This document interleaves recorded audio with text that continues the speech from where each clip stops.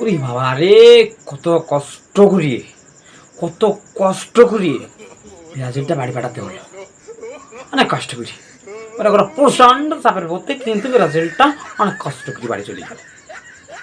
ওরে বাবা রে, বিরোধী দল কিন্তু আমাদের আর্জেন্টিনার বিরোধী দল, প্রচন্ড শত্রু দল ব্রাজিল। সেই ব্রাজিল আজকে কত সকালেই তারা বিদায় নিয়েছে, মানে কোপা আমেরিকা থেকে তাদের ঘটি বাটি যা ছিল গুছিয়ে নিয়ে চলে গেছে।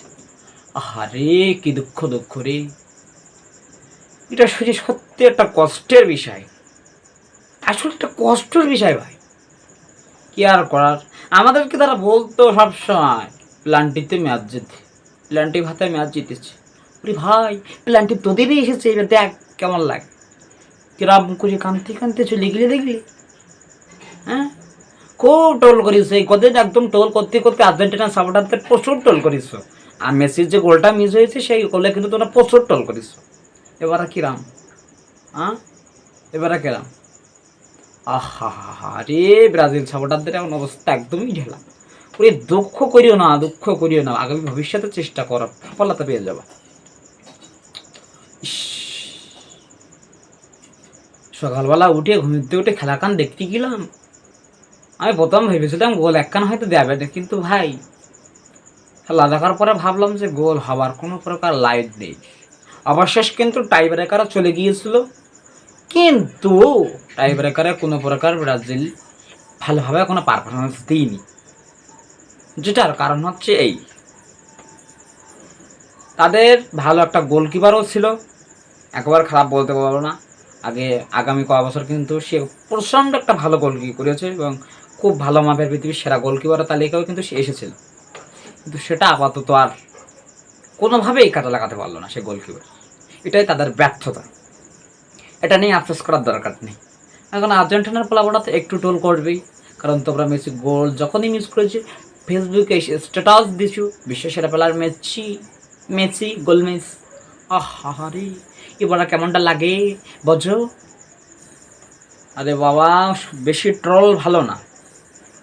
তোমাদের হারিয়ে মনে করো যে আমাদের বুকের ভিতরে একটা ভীষণ ফিলিংস, তোমরা যদি জিততে আরও ফিলিংস হতো, কারণ তোমাদের সাথে আমাদের খেলাটা যদি পড়তো তখন কিন্তু আরও পরিমাণ আনন্দ হতো।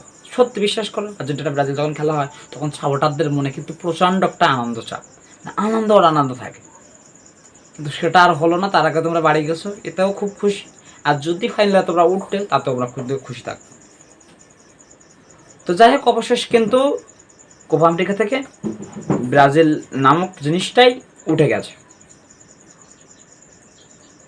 আগামী ম্যাচ কিন্তু খুব ভালোভাবেই আর্জেন্টিনা খেলবে, এটা আমরা আশা করছি, কিন্তু বলা যায় না, যেহেতু ফাইনাল মানে কোয়ার্টার ফাইনাল খেলবে, তো কি হবে আগামী ভবিষ্যৎ ম্যাচ সেটা সেদিনই ভালো রকম বোঝা যাবে। আর আজকে ব্রাজিল সাপোর্টারদের আর কোনো নামগন্ধ নেই। কেউ কেউ এসে ফেসবুকে স্ট্যাটাস দিচ্ছ বা ফেসবুকে এসে বলতেছো আমরা পেনাল্টি ভাতায় ম্যাচ জিতি না, আমরা পেনাল্টি ভাতায় ম্যাচ জিততেই চাই না। আহারে, আমরা পেনাল্টি ভাতায় ম্যাচ জিততে চাও না, অথচ আমাদের ব্রাজিল টিম এক প্রকার কেঁদেই ফেলেছে ম্যাচ জেতার জন্য, গোল করার জন্য। কিরকম লাগে বলো, কিরকমটা লাগে?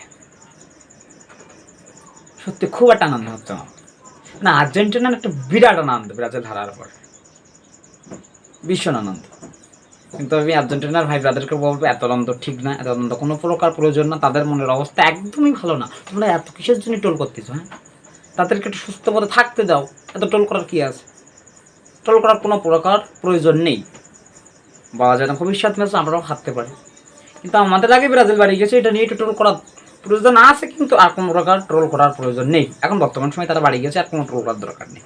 আমাদের ম্যাচটা ভালোভাবে দেখো, উপগ্রহ করো এবং ভবিষ্যতে কোপা আমেরিকাটা নেওয়ার চেষ্টা চালাও, কীভাবে নেওয়া যাবে।